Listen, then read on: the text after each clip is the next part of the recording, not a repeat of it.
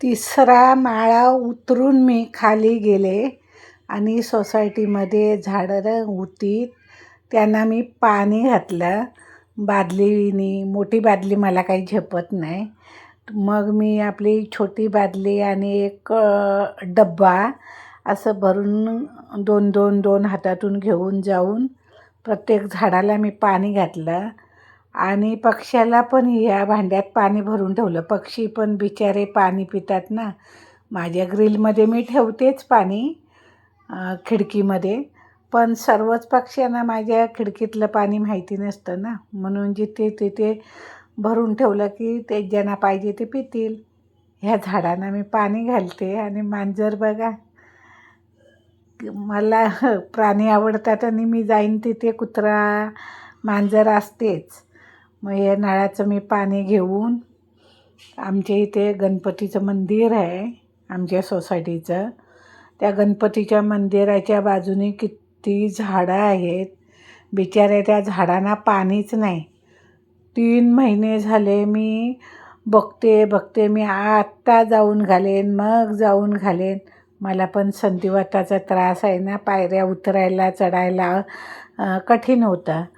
तरी पण जाऊ दे की मला ना ते बघवत नव्हतं की झाडं बिचारी सुकलेत.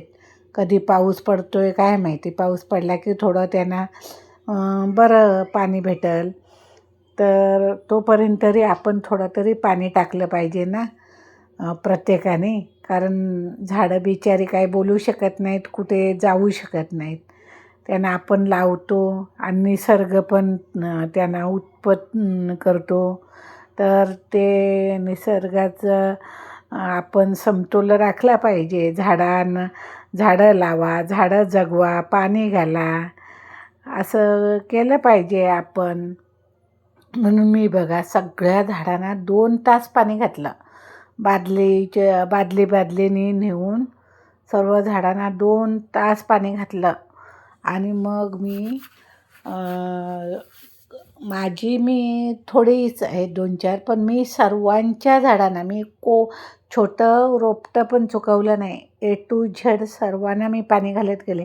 कारण भेदभाव करायचा नसतो, कशातच भेदभाव करायचा नसतो. सगळ्यांचा जीवच आहे ना. सगळ्यांनाच द्यायचं ना, तर नाही, कोणालाच नाही द्यायचं. आणि द्यायचं तर सर्वांना द्यायचं, असं माझं तर मत आहे. मग मी सगळं काम केलं, मनसोक्त मी काम केलं सगळं. झाडांना पाणी नेऊन घातलं. आणि नंतर मग माझे पाय उठले होते असे मातीचे, ते पण मी पुसून घेतले त्या मंदिराच्या लादीवरचे. आणि मग मी मंदिरात गेले. माझं मन शांत झालं. तेव्हा मग मी देवबाप्पाकडे गणपतीचं दर्शन घ्यायला गेले. माझं काम झाल्याच्यानंतर मन माझं एकदम मस्त शांत झालं जेव्हा मी सर्व झाडांना 2 तास पाणी घातलं तेव्हा. मग मी गणपती बाप्पाच्या मंदिरात गेले आणि गणपती बाप्पाचं दर्शन घेतलं आणि मग मी घरी आले.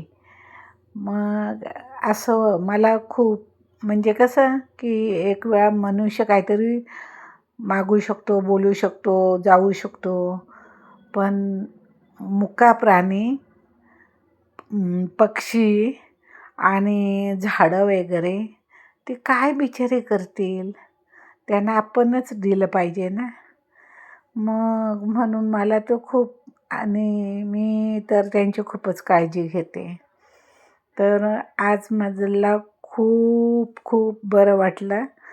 2 तास मी